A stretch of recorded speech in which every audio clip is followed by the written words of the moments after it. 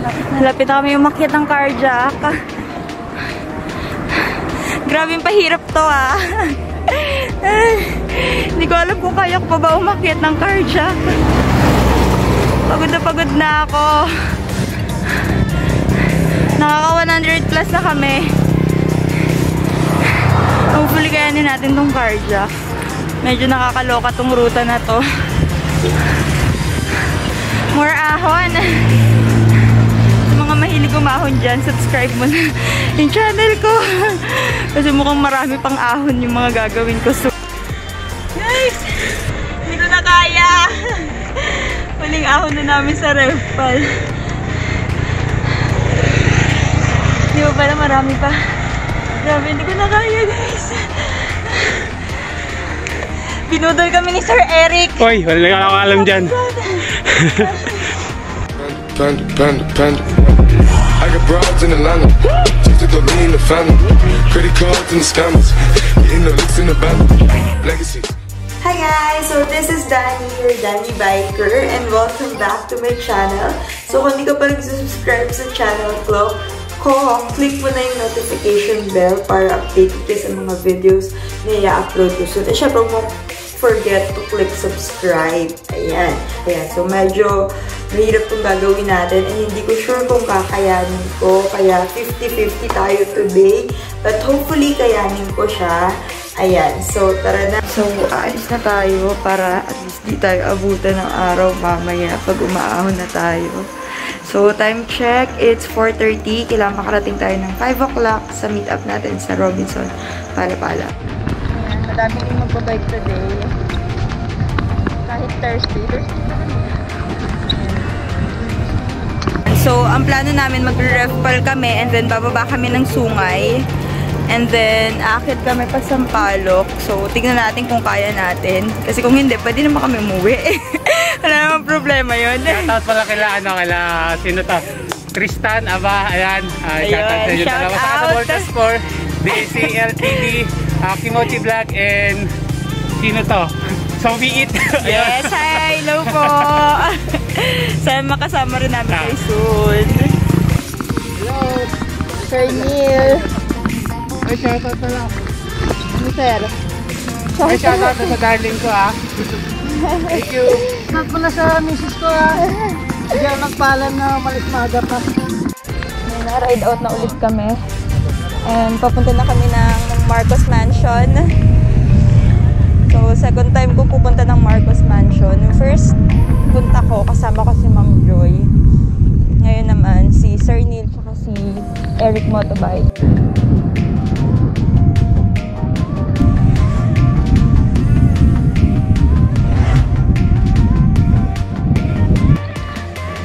So, after 1 minute,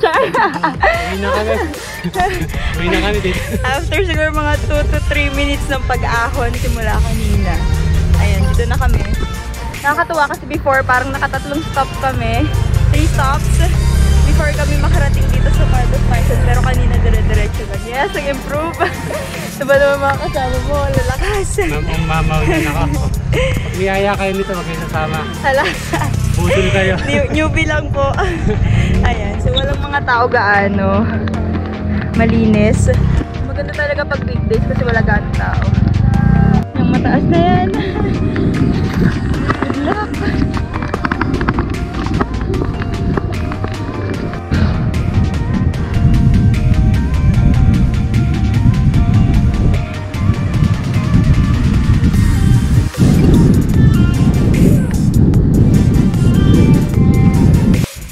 Dito pa lang.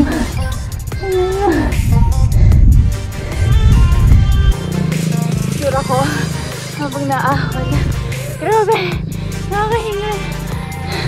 Ang aga-aga pa. Mahon agad kami. Grabe.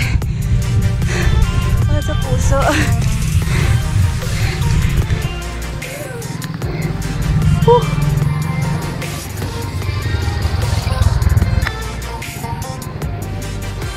Grabe kayo yan. Hi, sir. Lakas ni sir, oh. Salukuyan ko na lang pinapahirapan ng sarili ko. Nandito ako sa 2 kilometers na Parang 2 kilometers ko na last na ahon. And pinilit ko hindi talaga magpahinga. Woo! Nakaya natin, guys. Grabe. I'm so proud.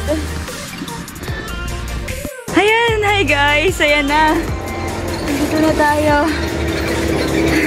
After almost 2 kilometers, nang tuloy-tuloy na uphill. Hi, sir! Ayan, nakatapos na rin kami. And konti na lang, nandun na yung yung may rev pal na grabe, nakakapagod, nakakahingal, pero nakaka-proud. Like, kinaya natin ng walang hinto. Talagang pinush natin siya. Ano si sir? Grabe, tingnan natin kung makakapunta pa tayo ng sungay. Grabe, mama. Pagod na ako. Nakakahingal to.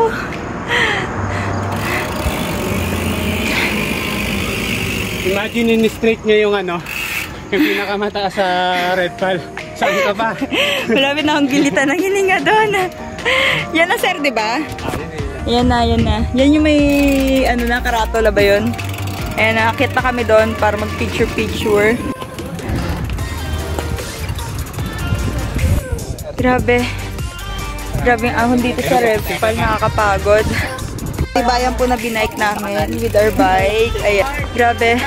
Achievement to. Naka-isang hinto lang kami hanggang paakyat. Ang lalakas kasi ng mga kasama ko. Mali ata ako ng sinamahan. Kasi hindi uso pahinga sa kanila. That's why mali yung sinamahan ko. Mali, nakaputol tuloy. Bali, nakaahon na kami. So, papunta na kami ng sungay. Sir Neil. So, baka doon na lang din kami siguro mag-breakfast. So, update ko na lang kayo later kung kakayanin pa ba. Nakakapagod na. Na tayo. Ba na tayo ng sungay. So, doon na lang din tayo mag-breakfast. Kasi mainit na rin eh. Dito na yung daan pa sungay. Guys, so nandito na ako sa Talisay. So, papasok na kami. And, ayan, so far okay lang kasi palusong lang naman yung papunta. Pero, ayan, later medyo matitindi na kasi yung mga palusong. So, hopefully kayanin na natin this time. So far hindi pa ako nababa. And hopefully, hindi na ako bumaba kasi nakaraan for twice ko nang bumalik dito. Bumababa ako palagi pag palusong. So, hopefully this time hindi na.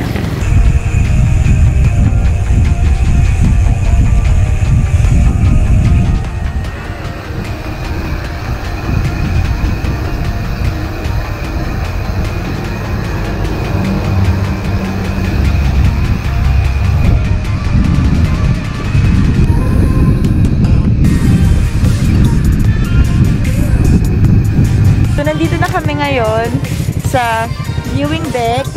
So, mabilis lang and ayan, dire-diretso lang to pababa.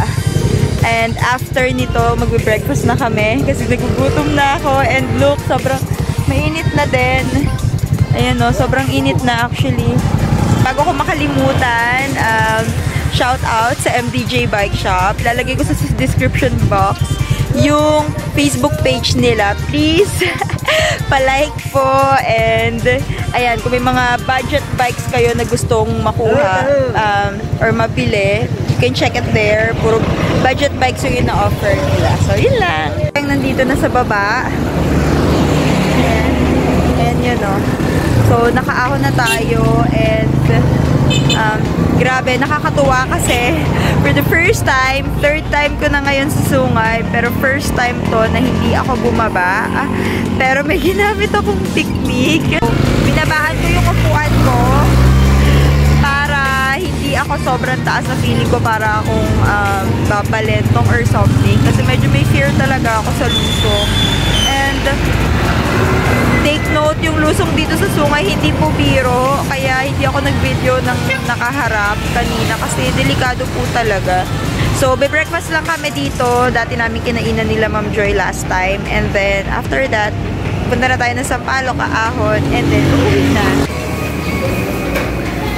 lunch namin. Ano ba to? Lunch breakfast. Gutom na sila. Ayan, so, breakfast muna kami. Lunch na din. Kasi mukhang lunch na yung kain namin. Ayan.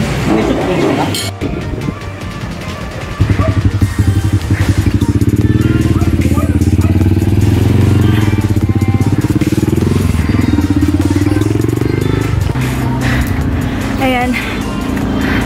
Kasalukuyan na kaming naahon ng Sampaloc. Ay, grabe. Sa unang ahon pa lang, hingal na. Grabe.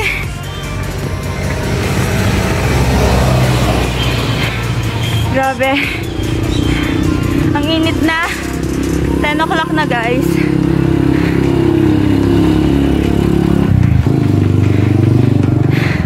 And, grabe, ningal na ako. Pero ang ganda ng view dito. Sir, so far, yes, naka-recover na, nakakain na kami eh. Sarap pa. Grabe po kasing tarik doon. Pero dito naman this time, sa Sampaloc, banayad lang daw. Pero nakakahingal pa din. So, plano namin mag-carjack. But we'll see later pag matapos natin to kung ipupush natin yung carjack. Pag nagawa natin mamaya yung carjack, solid naman yung gawin. Yes. So, parental guidance is advice. So, hindi po to pang newbie. Talaga. Kailangan medyo may experience ka na talaga sa pag-ahon. So, bago ako maggawin tong ano na to, ruta na to, parang kaliraya. nag-carjack na rin naman ako twice. And then, nag-ref pala ko muna. And then, nagsungay din ako alone. Kunyari lang yan si Sir Eric, hindi yan napapagod eh, oh. A few moments later. Wala pa kami siguro mga 15 minutes na naahon. Pahinga na ako. Sobrang init na kasi. Look. Grabe yung init. Nandito naman ako sa punto ng buhay ko na nagsisisi na naman ako.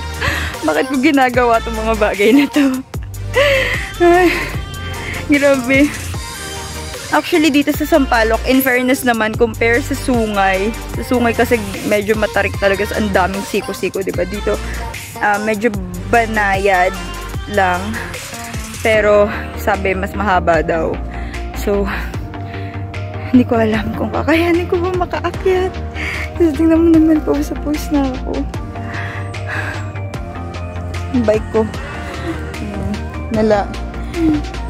Binagsak ko na lang dyan. Nagpagod na ako. Kami ngayon, oh, look guys. Ayun. So, mas maganda yung view dito sa Sampaloc, I must say. Kasi tignan nyo naman, mas malapit. Ganda.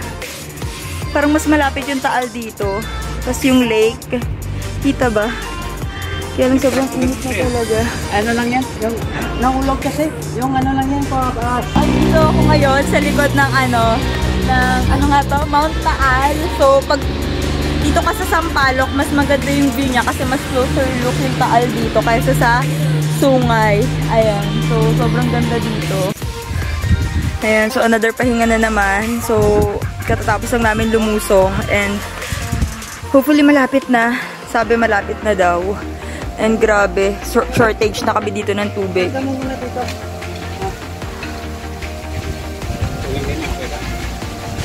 Ay, grabe. Ubos. Grabe, nakakapagod. And ang sakit na din ng tuhod ko. Dito hindi ganun siya katarik guys sa Sungay, pero sobrang haba. Tapos banayad. Pero ang kunat, grabe. Nakakapagod. Kaya hindi ako gaano nakakapag-video kasi napapagod na talaga ako. Pero ang ganda ng view. Look naman. Puro puno. Buti na nga lang at nawala yung araw. At least, diba? Hindi kami gaanong nainitan pumadya.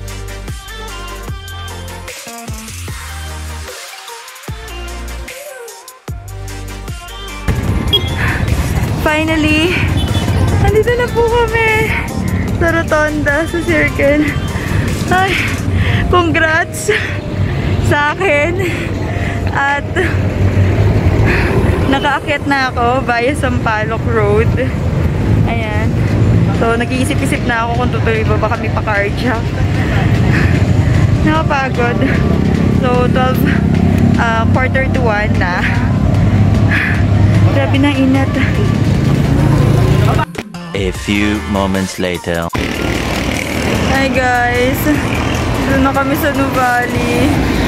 Binudol ako ni Sir Eric. Sabi malapit lang daw.